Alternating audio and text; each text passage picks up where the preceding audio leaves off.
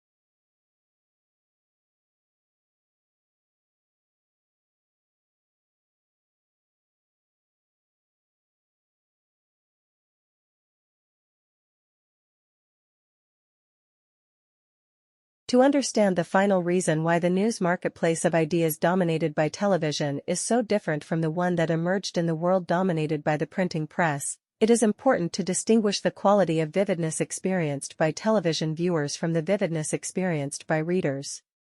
I believe that the vividness experienced in the reading of words is automatically modulated by the constant activation of the reasoning centers of the brain that are used in the process of concreting the representation of reality the author has intended. By contrast, the visceral vividness portrayed on television has the capacity to trigger instinctual responses similar to those triggered by reality itself, and without being modulated by logic, reason, and reflective thought. The simulation of reality accomplished in the television medium is so astonishingly vivid and compelling compared with the representations of reality conveyed by printed words that it signifies much more than an incremental change in the way people consume information. Books also convey compelling and vivid representations of reality, of course, but the reader actively participates in the conjuring of the reality the book's author is attempting to depict.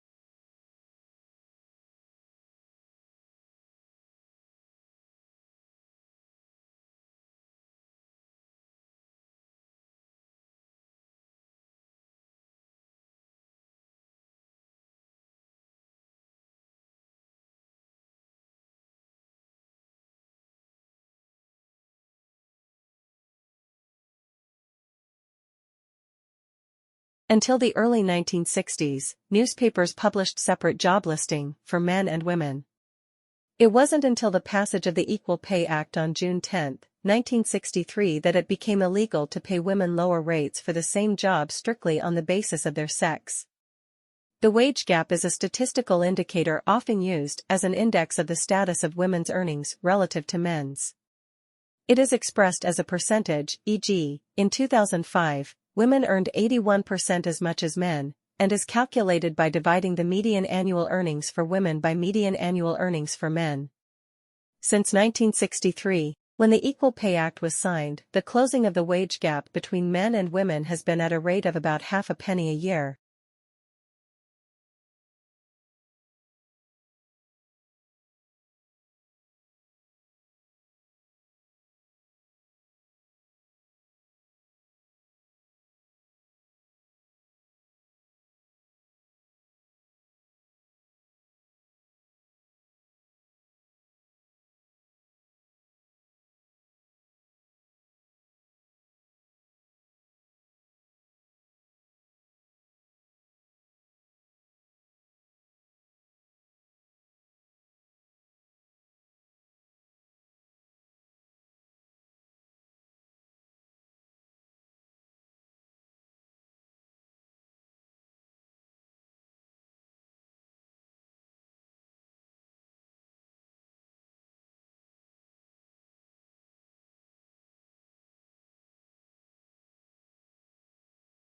In a study in the current issue of the journal PLOS1, a team of scientists in Germany showed experts and novices simple geometric objects and simple chess positions and asked the subjects to identify them. Reaction times were measured and brain activity was monitored using functional MRI scans. On the identification of the geometric objects, the subjects performed the same, showing that the chess experts had no special visualization skills.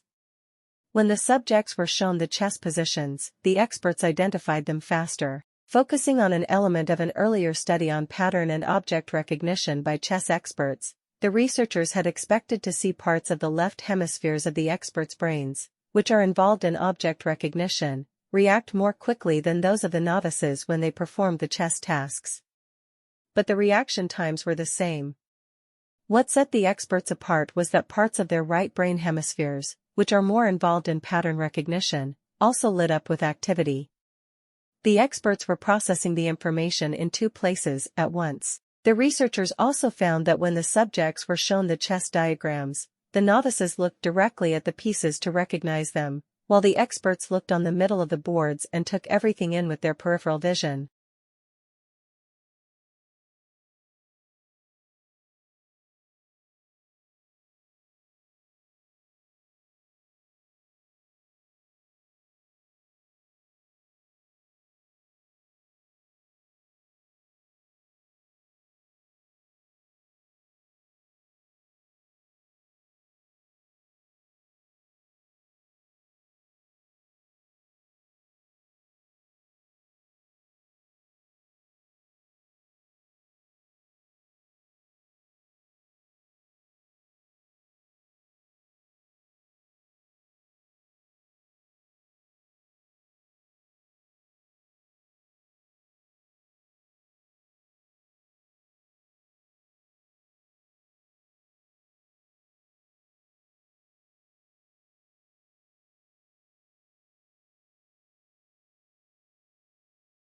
Most of the time when I embark on such an investigation, it quickly becomes clear that matters are much more complicated and ambiguous, several shades grayer than I thought going in.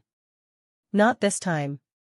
The deeper I delved into the confused and confusing thicket of nutritional science, sorting through the long-running fats versus carb wars, the fiber skirmishes and the raging dietary supplement debates, the simpler the picture gradually became. I learned that in fact, science knows a lot less about nutrition than you would expect, that in fact, nutrition science is, to put it charitably, a very young science.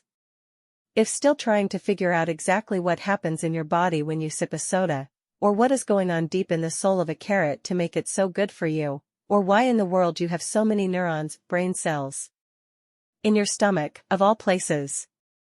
It's a fascinating subject, and someday the field may produce definitive answers to the nutritional questions that concern us, but, as nutritionists themselves will tell you, they're not there yet. Not even close. Nutrition science, which after all only got started less than 200 years ago, is today approximately where surgery was in the year 1650. Very promising, and very interesting to watch, but are you ready to let them operate on you? I think I'll wait a while.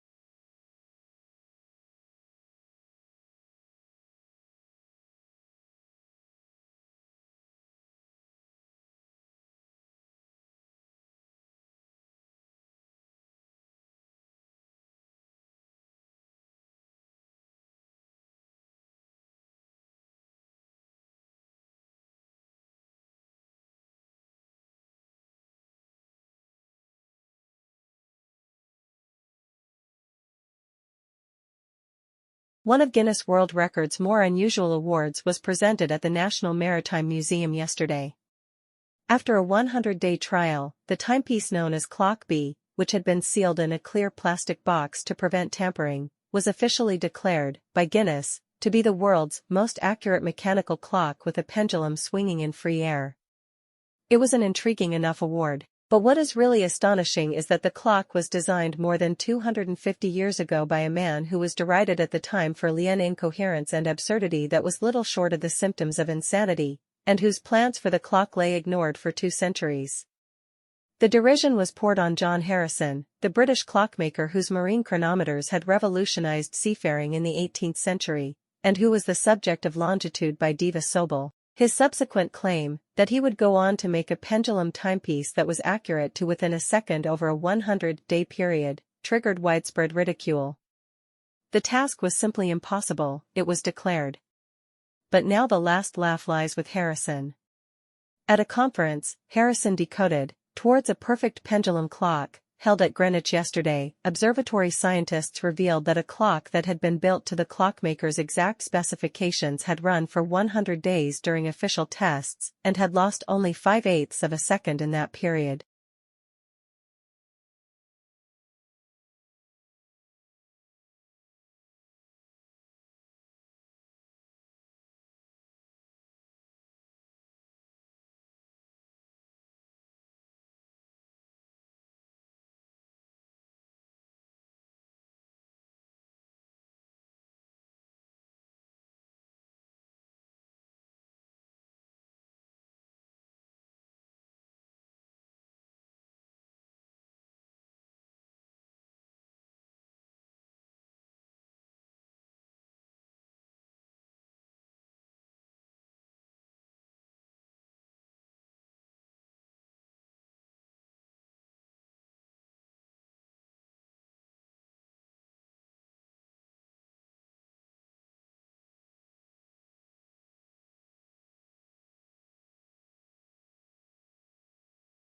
It's important to realize that the brain doesn't see the world around it simply as though the scene was projected onto a cinema screen on the inside of your skull.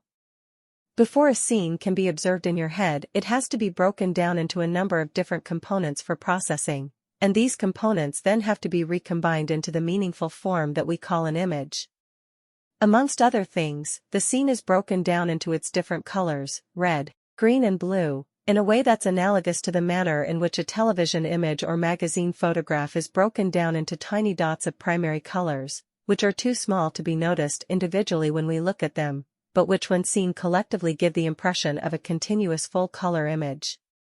However, unlike in magazine images, the image that we see with our eyes is broken down not only into separate color components, but into other components too. It is, rather incredibly, deconstructed into component parts such as horizontal lines, vertical lines, circles and so on. Each of these component parts is sent to a separate area of the brain for processing, with the different components of the scene only merging again when they are unified into what you perceive as the image.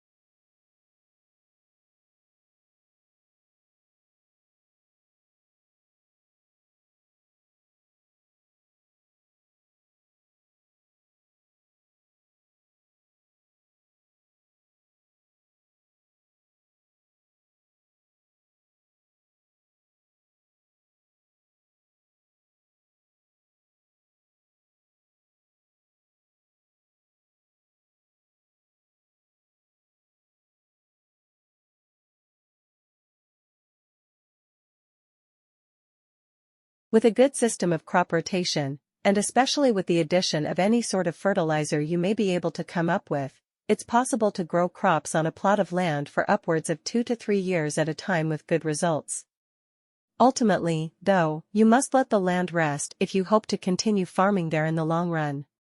Allowing a plot of land to rest for a period of time is known as letting the field go fallow, and there are several reasons for this. Allowing a field or plot to lie fallow means that you don't grow anything new on it, don't harvest anything and don't graze any animals on the land for at least a year. Sometimes a field will lay fallow for 2, 3, or even 4 years, but the traditional standard on many farms was to let a field lie fallow once every 2 to 3 years. This fallow period allows the land to replenish many of its nutrients. The root networks of various grasses or ground covers, like clover, have a chance to expand and grow, which further strengthens the soil and protects it from erosion.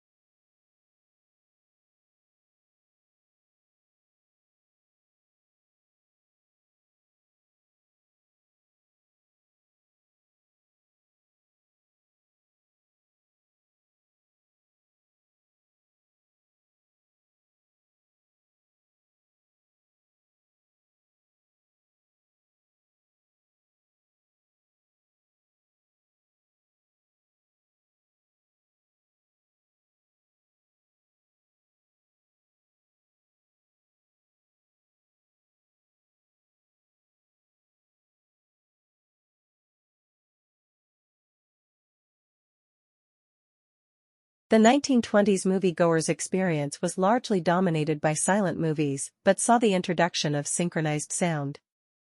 In the 1920s, movie stars were really stars, with huge salaries. The fashions and activities of the Hollywood greats echoed around the world, and 100,000 people would gather in cities all over the world, including such diverse cities as London and Moscow, to greet Mary Pickford and Douglas Fairbanks when they toured of Europe. Early silent movies were often accompanied by live piano or organ music and provided enormous entertainment value to audiences captivated by the experience of watching moving pictures on the silver screen. Although there had been previous attempts to introduce sound, it wasn't until 1923 that a synchronized soundtrack was photographically recorded and printed onto the side of the strip of motion picture film and made it onto a commercially distributed movie.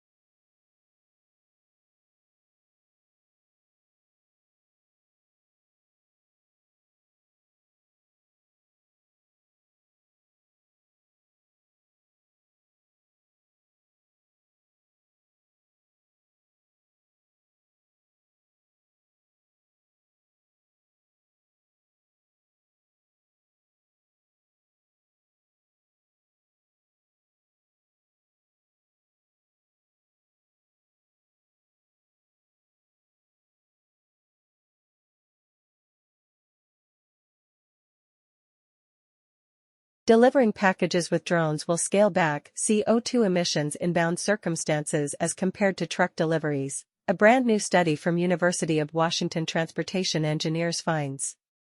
In a paper to be revealed in associate degree coming issue of Transportation Analysis Half D, researchers found that drones tend to own CO2 emissions blessings over trucks once the drones haven't got to fly terribly way to their destinations or once a delivery route has few recipients. Trucks, which may provide environmental edges by carrying everything from garments to appliances to the article of furniture in a very single trip, become a lot of climate-friendly various once a delivery route has several stops or is farther off from a central warehouse. For small, lightweight packages, a bottle of drugs or a kid's bathing costume, drones contend particularly well.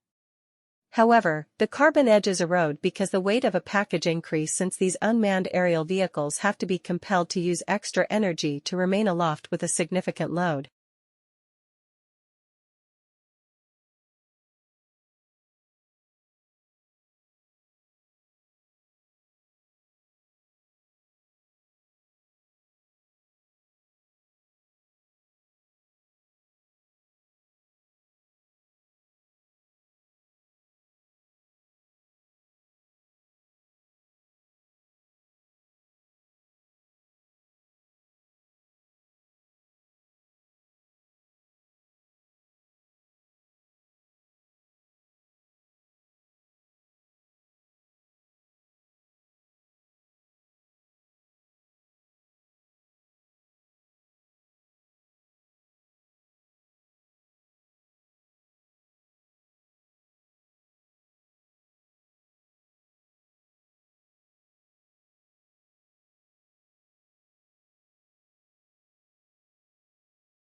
By 1984, the Internet had grown to include 1,000 host computers. The National Science Foundation was one of the first outside institutions hoping to connect to this body of information. Other government, nonprofit, and educational institutions followed. Initial attempts to catalog this rapidly expanding system of networks were simple. Among the first was Archie, a list of FTP information created by Peter Deutsch at McGill University in Montreal. However, the greatest innovation in the Internet was still to come, brewing in an MIT laboratory in Cambridge, Massachusetts. The World Wide Web, or the web, is often confused with the Internet. In fact, it is just one part of the Internet, along with email, video conferencing, and streaming audio channels. In 1989, Tim Berners-Lee, now a scientist at the Massachusetts Institute of Technology, introduced a new system of communication on the Internet which used hyperlinks and a user-friendly graphical interface. His slice of the Internet pie came to be known as the World Wide Web. Berners-Lee says, the web is an abstract, imaginary, space of information. On the net, you find computers; on the web, you find documents, sounds, videos, information. On the net, the connections are cables between computers; on the web, connections are hypertext links.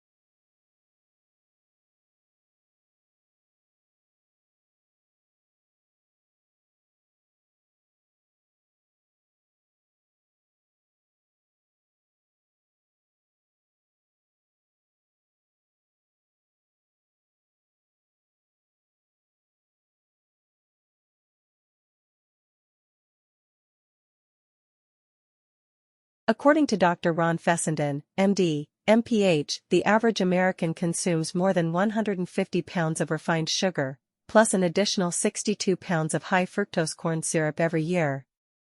In comparison, we consume only around 1.3 pounds of honey per year on average in the U.S. According to new research, if you can switch out your intake of refined sugar and use pure raw honey instead, the health benefits can be enormous. What is raw honey? It's a pure, unfiltered, and unpasteurized sweetener made by bees from the nectar of flowers. Most of the honey consumed today is processed honey that's been heated and filtered since it was gathered from the hive. Unlike processed honey, raw honey does not get robbed of its incredible nutritional value and health powers. It can help with everything from low energy to sleep problems to seasonal allergies. Switching to raw honey may even help weight loss efforts when compared to diets containing sugar or high-fructose corn syrup. I'm excited to tell you more about one of my all-time favorite natural sweeteners today.